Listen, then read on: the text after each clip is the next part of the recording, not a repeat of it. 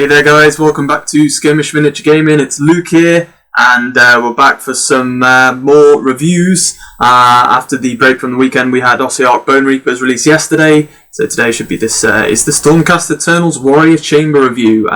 Starting to get the different chambers coming out. We know that the next wave has already been announced, so I am absolutely buzzing, but also absolutely overloaded with things to do now to prep for the new wave, and pocketless also.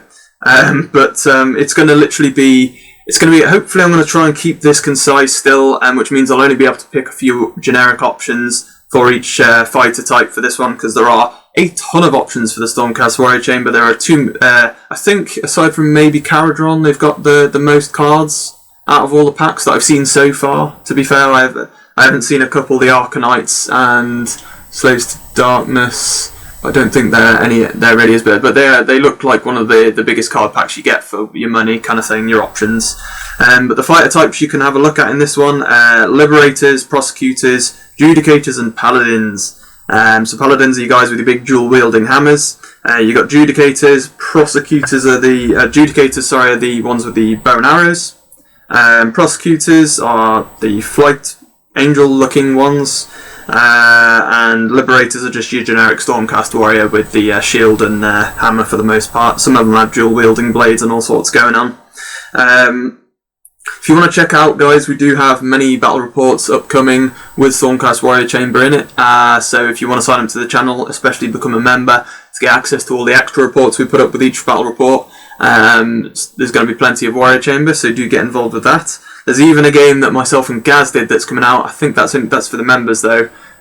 Is the Warrior Chamber versus the first chamber that came out for Stormcast. So we're kind of facing off the two chambers, compare them, see how they both work, just because it was good fun really. So that was quite nice to do. Other than that is your fighter options. So abilities for the Warrior Chamber: double. And this is a generic double, so I believe that every fighter can choose this. Furious Avengers: a fighter can use this ability only if there is another friendly fighter within 6 inches of this fighter, with 1 or more damage points allocated to them. This fighter makes a bonus move action. So basically, yeah, if you've got another friendly fighter near you, not yourself, it's important to note that, within 6 inches that has 1 or more damage, make a bonus move action wherever you want. So that's quite interesting. Obviously, if you were to use that with one of the Prosecutors, obviously you got a lot of movement, so a free move for a double, that's pretty damn good. Obviously, it's very situational though.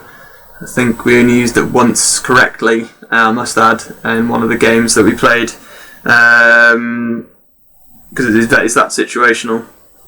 Next one is a double called Lay Low the Tyrants. This one I believe is mostly just the Liberators. For this symbol, it's the skull with the cross.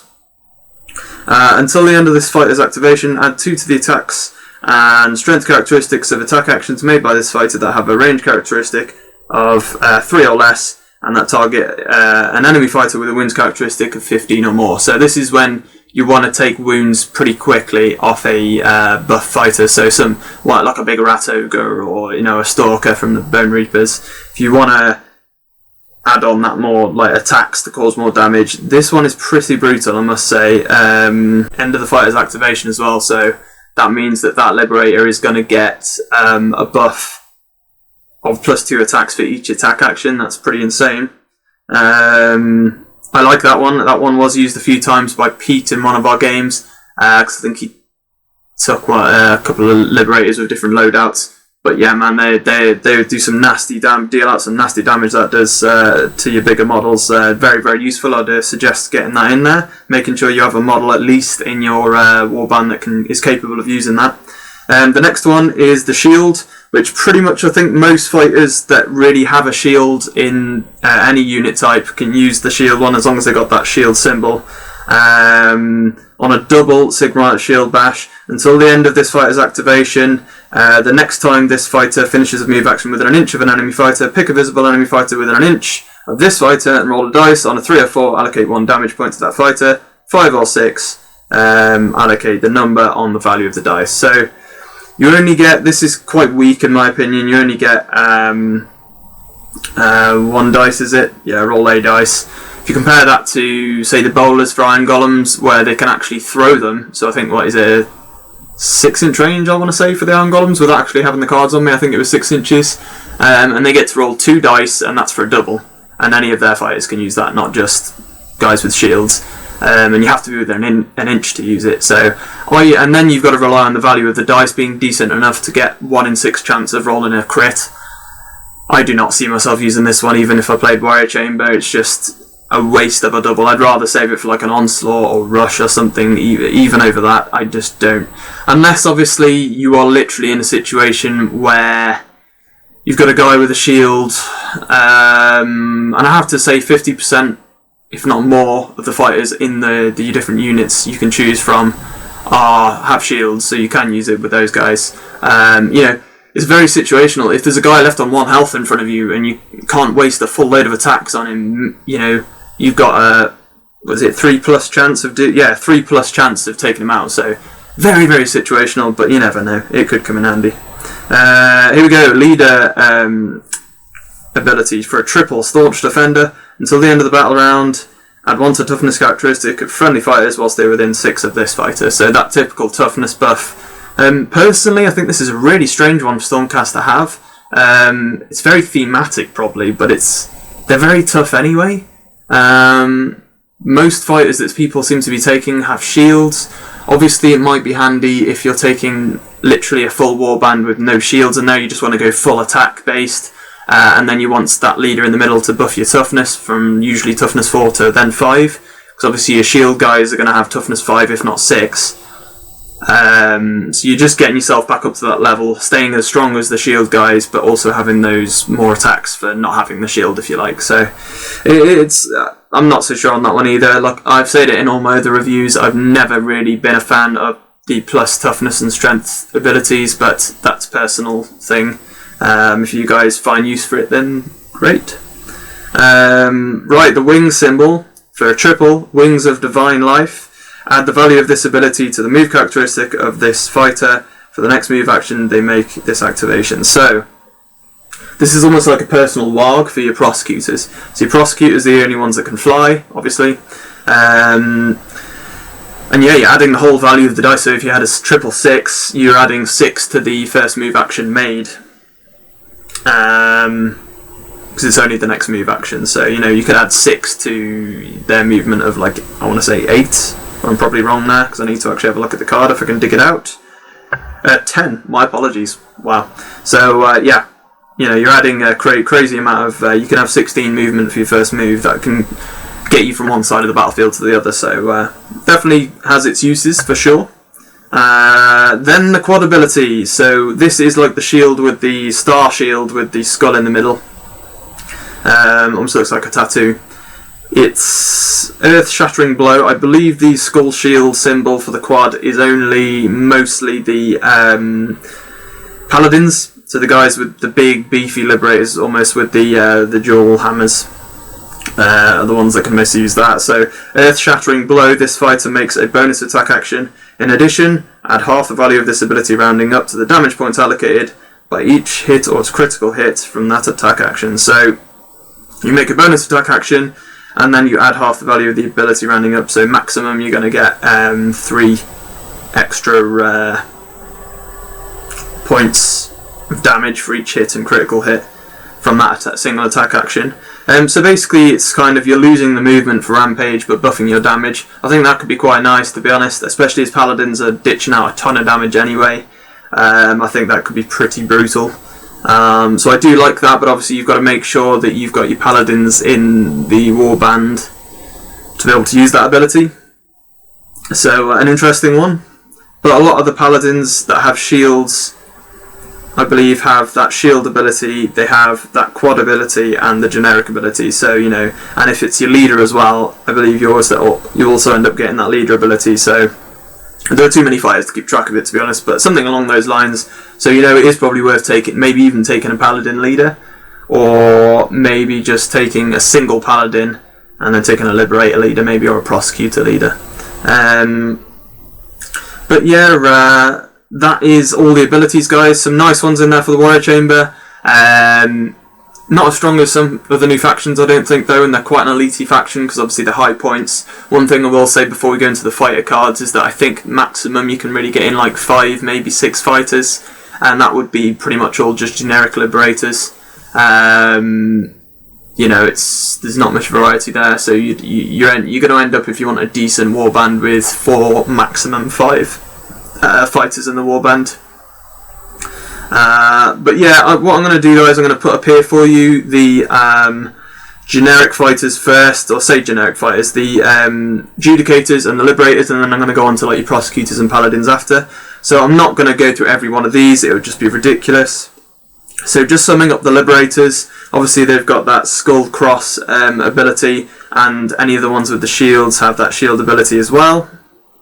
Just looking at that now, so some of them have like dual swords, so there's one here with dual swords, 170 points, range 4, movement, so they all have 4 movement.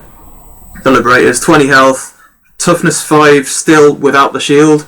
Kind of goes back to my point with the why do you need +1 toughness from that aura. I just don't really get why you'd want that. There aren't many factions out there with strength 5, really. And even if they are strength 5, it still falls to hurt you, and you've got a lot of health. I don't see it being too valid, to be honest, but obviously it's just my opinion. Other than that, range 1, attack, action, 4 attacks, strength 4, 2/4 damage. So personally, if I built from scratch, I'd take those over the shields. I really would. I don't see a real use for the shield ability, so I would rather get more attacks in there for the damage, the attacks. If we go on to, for example, a normal Liberator with hammer and shield, range 1, 2 attacks, strength 5, 2/4 damage. That's 185 points compared to the 170 points without the shield. So you have toughness 6, but honestly, the amount of times toughness 6 really, I found personally, and I've played a lot of Warcry for the channel, outside of the channel, you don't need toughness buffs really in this game particularly. If people get crits against you, they get crits against you a lot of the time, you know, you don't, it rarely really helps, but once again, my opinion, movement 4, 20 health, obviously they have the option to use that shield ability, but they also have +1 strength, my apologies, the shield bearer, which can be more handy than the toughness boost, but for the points difference, I would personally still go for the dual wielder. But obviously it could be handy maybe to have that one of those shields, and then maybe just help protect the leader if you're going to take a leader on foot. Let me just take a look here through my cards. So there's a leader option for Liberators with a shield and a massive sword. It's kind of like the turquoise looking armour. 30 health the leaders, toughness 6, movement 4, range 1, 4 attack, strength 4, 2/4 damage. Let's have a look. You've also got, I believe there's another option. Yeah, and then you've got the prime. I believe it's a prime. You Stormcast supporters are going to have to, like the sergeant of the unit. 245 points with the hammer and the shield. Range 1, 3 attacks, strength 5, 2/4 damage. So you get that extra strength again. And then 30 health, toughness 6. So quite nice again. But yeah, it's an interesting. Either of those are viable, obviously, and then you got that leader ability in there as well. I think for this warband, personally, I'd take the Prosecutor leader, but we'll get onto him later. Judicators, these guys are awesome. Finn used the explosive Judicator, the one with the explosive ammo, and it absolutely tore me demons to shreds. But what we'll do is we'll have a brief look at what options you've got. So you've got the generic 185 point option, so this is like generic Judicator Archer loadout. Movement 4 again, toughness 5, so once again toughness 5 without a shield, 20 health. The bow itself is 320 range, 3 attacks, strength 4, 2/4 damage, so that, you know, for a ranged weapon, compare that to the stuff you can only use in combat with normal Liberators, that's pretty insane. And it's similar points cost, so I would definitely consider it. And even in combat, your range 1, 3 attacks, strength 4, 1/4 damage. Personally, I would rather take Judicators, I think they're pretty awesome. You've obviously got these crossbow guys as well, so I don't know what they're actually called. Somebody will have to enlighten me in the comments below. As opposed to the bow and arrow option, they look like hand ballisters, crossbows if you like. There's a couple of different options, a few different options for those. 190 point option, generic option for same stats as the normal Judicators, but then the weapon is 310 range, so less range, but more attacks, so 4 attacks, strength 4, 2/4 damage. So you just get the more attacks there really, and then the same, I believe, combat stats, melee stats. You can go to a 200 point option, which ups your range and your attacks, so it's like a more elite version, bigger ballaster. You can do the same as well for the normal Judicators with the bow and arrow. They get an elite option with more range, etc. So it's nice to have that option, those options. Then you've got a leader option for both the bow and arrow and the ballaster. So it's nice stuff. They obviously go up to 30 health because they're the leaders. Both toughness 5. And then once again you're looking at the crossbow and the bow and arrow, just the differences in range and attack characteristic. 5 points difference to get the crossbow. It's not bad at all. I'd love to see the crossbows in action. We didn't actually have them in any of the games we've played so far, so it'd be good to see those because I've only seen the bow and arrows so far. But that is all the Judicators and the Liberator options. Obviously I'm not going to go deep into it because I don't want to go too long on this one because I'm already going over what I want to be here. Prosecutors, these are your winged angel-like almost Liberators, but in the air I suppose. Once again guys, not big on the fluff for these, so if you want to go mad on it in the comments, go for it. Range 10 movement, so that's a nice bit of movement considering how tough you really are. Toughness 5, 20 health, and I think I'm looking at the generic one here. Yes I am. I don't think there's a lower point option there. 250, yeah, 230 points is your cheapest option there I believe, with the dual hammers. So toughness 5, 20 health, 3/8 range, so not much range. This is where he's throwing his hammers, his thunder hammers at you. 3 attack, strength 4, 2/4 damage, similar to like your Liberators almost with the hammers. For the range there, range 1 though, 4 attack, strength 4, 2/4 damage, brutal stuff. These guys, considering how much they can move, you're going to get the free movement with them with that ability. Really nice stuff. And you've got one with like a trident, so you just get the more kind of range on it for melee. And you've got a shield in that as well, so you've got more toughness. You've got a shield option with a sword, similar kind of thing again. Lots of different options there. You've got check through the cards. You've got 2 leader options for these guys. So you've got the one with dual hammers leader, or you've got the shield and spear option. It's like a glaive kind of thing, like a pike almost. That leader with the shield has the shield ability option, 30 health, toughness 6 because of the shield, movement 10, 3/8 range on the spear chuck, 2 attack, strength 4, 2/5 damage, nasty amount of damage. But then his normal attack action is range 2, 4 attack, strength 4, 2/5 damage. That crit damage is insane. I think both opponents I had come in, Gaz and Finn, who took Warrior Chamber, both took the Prosecutor leader with the dual hammers, I believe, at one point or another. Very, very strong. He is 30 health, toughness 5, range 10 movement, 3/8 range on the hammer toss, 3 attack, strength 4, 2/4 damage. The melee though, range 1, 5 attacks, strength 4, 2/4 damage. That ends up being pretty brutal, and you can obviously buff that with onslaught, etc., which can cause some damage, I'll tell you that much. You've got a dual wielding generic Prosecutor, worth noting. Only 20 health, obviously toughness 5 because of the dual wielding with no shield. Range 1, 4 attacks, strength 4, 3/5 damage. That's insane as well, to be honest. I would love to take that. And then you've got another dual wielder with like a big dual axe, like one of those executioner axes that you bloody get. Range 1, 3 attacks, strength 4, 3/6 damage. Just insane.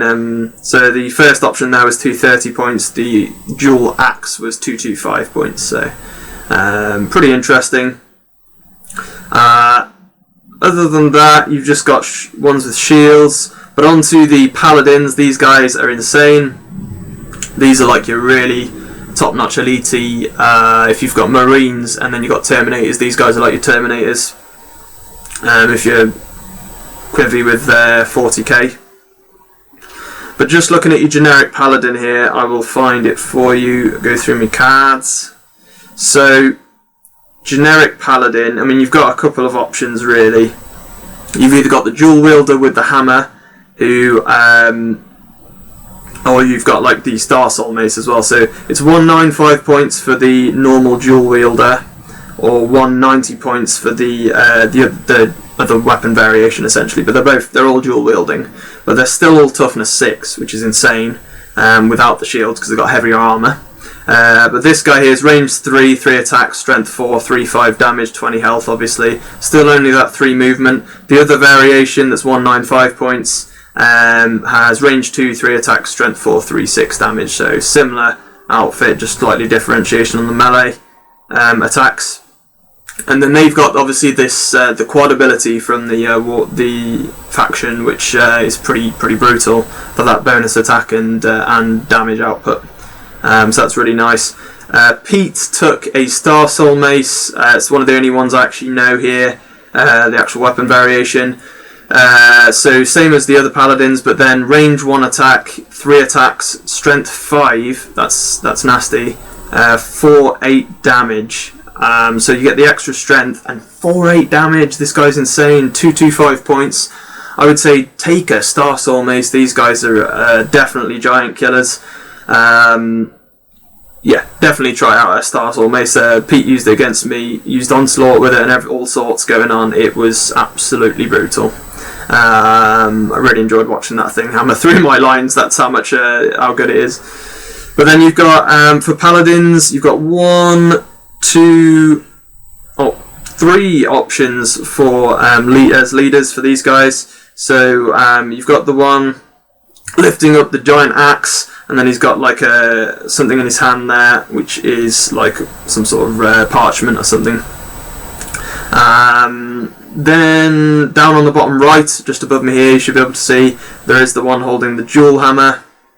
Then also bottom left, you've got one holding like the dual weapon there as well. So a few different options. The one with the dual weapon there, bottom left, is range 3. The range there is really nice, I've got to say, range 3, to be able to help all those objectives but keep your opponent at bay. 4 attacks, strength 4, 3-5 damage. Obviously, like all of the other leaders, you go up to 30 health rather than 20. Toughness 6 for the Paladin. But yeah, so that's pretty nasty there. Bottom right hand corner is the dual hammer. Same stats again, but then range 1, 4 attacks, strength 5, 3-5 damage. Nasty stuff. He is 255 points compared to the other one, which is 250, so that 5-point gap again between the 2 leader options there. The other leader is 255 as well, the one holding up the dual axe there. Similar stats again, but range 2 this time rather than range 3, 4 attacks, strength 4, 3-6 damage. So they all differ a bit in damage and attacks kind of, but then the range increases each time. So it's up to you which option you want to choose there if you go for a Paladin leader. But they're very tough, very lots of health there obviously. Pretty nice going, to be honest.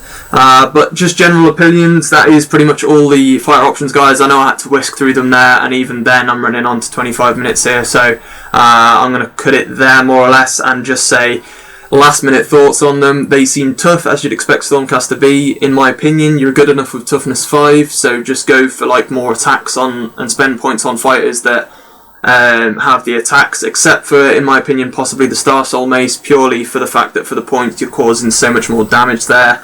At the end of the day, if you give yourself Onslaught on a fighter that has more damage output and is more likely to hit with better strength, you're getting more chance of getting better damage output there. So that's my personal thoughts on the Star Soul Mace. I really enjoyed watching him play. Prosecutor is always a safe bet because you've got that high movement, especially maybe take a leader Prosecutor because you can keep him at bay, keep him outside of your enemy fighter's range for auras, and you can just drop him in there if you need to in the middle of a few fighters to give off an aura if you need to. Judicators, you could at least take a couple of them, to be honest, in a list. They're very viable as well. as opposed to maybe Liberators, because you've got the range, to be honest. Obviously Liberators are a cheap option to take, I suppose, but for the points I'd probably almost maybe take Judicators. But yeah, interesting, guys. Let me know what you think in the comments below. I'm sure people have more experience with the Warrior Chamber than I do, but also obviously I've got quite a lot of experience already with some of the new warbands, because we're playing with them week in, week out at the moment with all the new releases. So do go and check out the bat reps that we'll have up for Stormcast Warrior Chamber. There's one already up with me and Finn, Demons versus Tzeentch Demons versus his Warrior Chamber, and then probably next week, I will say, we've got 2 games going up, myself and Gaz with his Warrior Chamber versus my Nighthorn, and then there's a second game in the Vault versus my, I think it was Stormcast, but I'm using the other chamber for the first one that came out. So please do check out those guys, and obviously subscribe to the channel if you're new, throw a like on the video. It's been lovely talking to you guys again, and let me know in the comments what you think, because I love getting to chat to people in the comments below about what they think and what they're trying out personally. But yeah, see you later, guys, and happy skirmishing.